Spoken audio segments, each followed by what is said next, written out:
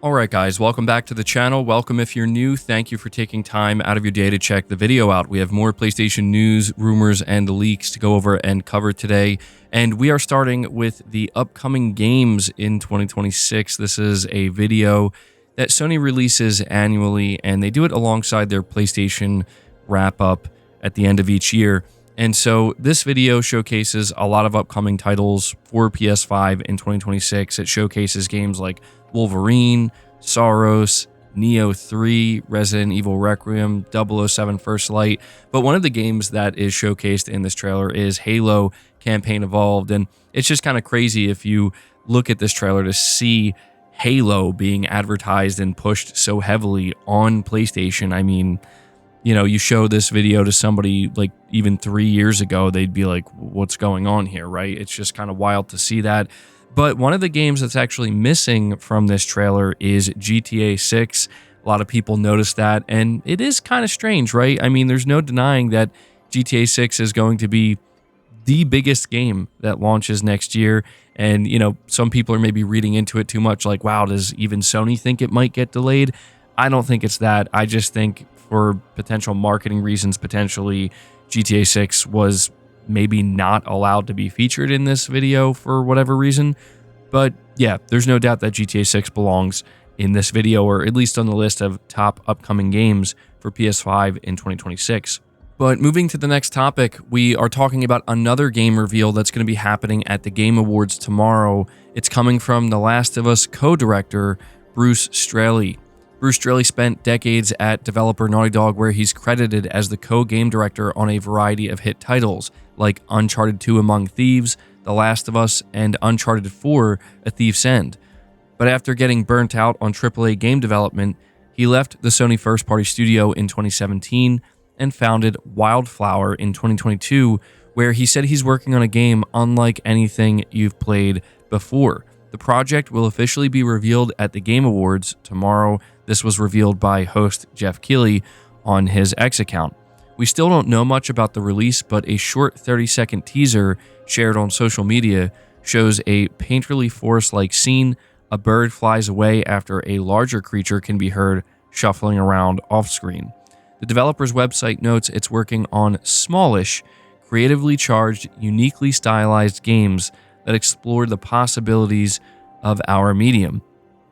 So yeah, I think naturally a lot of PlayStation fans are going to be curious about this game, but based off of what we can see so far and what we're hearing about this game, it's going to be very, very different, almost like the polar opposite of what we've seen from Bruce Straley in the past, working at Naughty Dog on games like Uncharted and The Last of Us.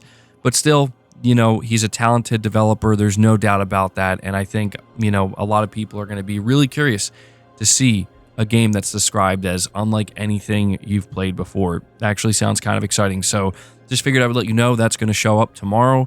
Moving on from that, we are talking about Guillermo del Toro making it known that God of War is one of the most cinematic experiences he's ever had. This is being reported by Push Square. They say prolific film director Guillermo del Toro is a big fan of video games, and it sounds like the modern God of War titles rank among his absolute favorites. Speaking on the Happy, Sad, Confused podcast, he's asked what the best game he's ever played is, and he names several classics in his long answer, but lingers the longest on Santa Monica Studios' action series. Some of the God of War games are just some of the most cinematic experiences I've ever had, Del Toro says. When Kratos fights Odin, we think he might actually be referring to Baldur here, and he keeps coming back and he looks like a Peaky Blinders brawler and he beats the crap out of Kratos. What a video game. He continues praising the cinematic qualities of the modern games, the way that they use the budget of data on the console to create atmospheric dispersion and light. The game is lit like a film, he says. And so, yeah, I thought this was just worth kind of mentioning. He brings up other titles as well, such as BioShock, Death Stranding, Metal Gear Solid, Left 4 Dead, Red Dead Redemption, and Shadow of the Colossus, which he calls all of these titles masterpieces. So it sounds like to me he has some really good taste in games, because a lot of these games are some of my favorites as well. But just thought this was worth pointing out because, you know, Guillermo del Toro, he's shown up at the Game Awards. You know, we saw him teasing Silent Hill and stuff. We know he was going to work with Kojima on what was supposed to be Silent Hills, and obviously he's worked with him on Death Stranding. So it's just really cool to kind of see somebody like Del Toro praise God of War in such a big way. I'm sure that this makes all of the developers who worked on God of War 2018 and Ragnarok feel very good. And yeah, I agree with everything he's saying. Moving on from that, we're talking about the Netflix WB Games deal. We have something here that I have to be honest is quite concerning. So it says, being reported by WCCF Tech, Netflix's agreement with Warner Bros. Discovery to acquire the streaming and studios division for $82.7 billion also included the WB Games division, with its studios, assets, and everything included there. However, the biggest VOD streaming media service didn't even mention it in the announcement or in the subsequent investor call. That was already telling. But yesterday, Netflix executives finally commented on WB Games during the UBS Global Technology Conference, answering a question. Netflix co-CEO, president, and director Gregory K. Peters clarified that the company did not actually attribute any value to the gaming division during the deal because they're, quote, relatively minor. So here's exactly what he said. And maybe it's worth going back again to sort of how we thought about the deal and building our valuation model. While they definitely have been doing some great work in the game space, we actually didn't attribute any value to that from the get-go because they're relatively minor compared to the grand scheme of things. Now, we are super excited because some of those properties that they built, Hogwarts Legacy is a great example of that, have been done quite well, and we think that we can incorporate that into what we're offering. They've got great studios and great folks working there, so we believe that there definitely is an opportunity there, but just to be clear, we have not built that into our deal model. Now, Peters also said that the addition of WB Games would accelerate the company's existing plans in the gaming space. However, it is clear that Netflix does not really believe WB Games to be a particularly significant asset, despite having recently produced a massive success like Hogwarts Legacy, which sold over 34 million units, which is mind-boggling, as of March 2025, and was the best-selling game of 2023, managing to outsell even Call of Duty Modern Warfare 3 and breaking a 14-year streak that either a Call of Duty game or Rockstar game topped the sales charts in the United States. So this is, honestly, this is concerning, right? WB Games, while they've had some struggles, there's no denying that they have some of the most important and talented studios like Rocksteady, NetherRealm, even now Avalanche with Hogwarts and others.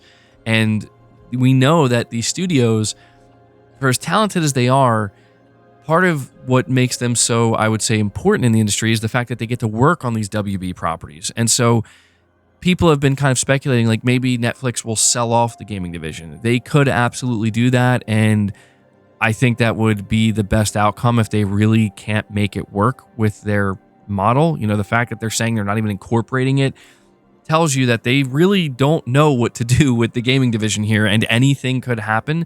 The problem is if they sell them off, they're not selling the IP with it. So whoever chooses to buy these studios, it would give these studios an opportunity to potentially make new IP, which would be exciting. But if you imagine a scenario where Netflix strikes a deal with Sony where, hey, we're going to sell Avalanche to PlayStation and it's going to become a first-party PlayStation studio, naturally everybody's like, okay, well, they're the Hogwarts Legacy studio. They're going to be making a sequel to it or a third game, perhaps. Sony would have to arrange a licensing agreement. Now, that's not unheard of. We see that with games like Wolverine and Spider-Man, and that works out really well. But I know I'm kind of like jumping to conclusions here, but it's just the fact that this is kind of concerning, right? Like Netflix seemingly doesn't care at all about the gaming division of WB, and it remains to be seen what will happen here. They're clearly not sure what to do, and so the absolute worst case scenario, which I hope doesn't happen, is you're talking about studios getting shut down and possibly the entire gaming division getting shut down, which would be wild. But I would have to imagine at the very least they would try to sell them off if they really can't make anything work and just make a little bit of money off of it. So there you go. That is the situation with WB and Netflix. But we're going to move on to the final topic, which is also some bad news for Call of Duty. Maybe good news if you're a fan, depending on how you view it. Being reported by Push Square, says Call of Duty Black Ops 7 sales were way down compared to its predecessors, and now Activision has come out and commented on the situation. While the game has still managed to top the charts in many countries, its performance has been described as terrible by some analysts after it launched with 63% fewer sales than Battlefield 6 in Europe. Now the publisher has admitted that the franchise has not met our expectations fully and vowed to, quote, over-deliver moving forward. Seemingly in direct reference to the slumping sales, it said it believes Black Ops 7 is a great game, but it's one thing for us to say it and another for you to try it and judge it for yourselves. As a consequence, it's announced a free weekend with double XP, which will get underway next week. But it added that it won't rest until Black Ops 7 earns its place as one of the best Black Ops games we've ever made, and therefore it's committing to ongoing live service support for the title, regardless of the subpar sales. But here's where the really important part comes in. It says, moving forward, it will not deploy, quote, back-to-back releases of Modern Warfare or Black Ops games, end quote. They say the reasons are many, but the main one is to ensure we provide an absolutely unique experience each and every year. We will drive innovation that is meaningful, not incremental. While we aren't sharing those plans today, we look forward to doing so when the time is right. The message concludes, the future of Call of Duty is very strong, and we believe our best days are ahead of us given the depth and talent of our development teams. It even goes on to tease that it has been building the next era of Call of Duty and that it will push the franchise and genre forward. So yeah, it seems like things are finally starting to catch up with Activision and the Call of Duty franchise. People have seemingly had enough of the nonsense and they're exhausted, they're tired, and the competition is actually real now. So I think this is a good thing. I'm not saying I expect much from it. You know, this is one of those things where talk is cheap. We'll have to see it in action, but it could overall be a positive sign for the future of Call of Duty, where it's like, unfortunately, I think it does take something like Black Ops 7 and a potential failure like this for them to kind of realize, you know what, we have to rethink this. We have to take a new approach. We have to do better, right? But yeah, I don't know. This also could be the opposite of that. This could be the beginning of the end. It really is one of those things where we'll have to see what they choose to do next. But guys, that's going to do it for the video. I hope you enjoyed it. I hope you found it informative. If you did, be sure to leave it a like, subscribe to the channel if you're new, hit the bell notification icon, and feel free to share this video out on top of all that. But until next time, guys, take care.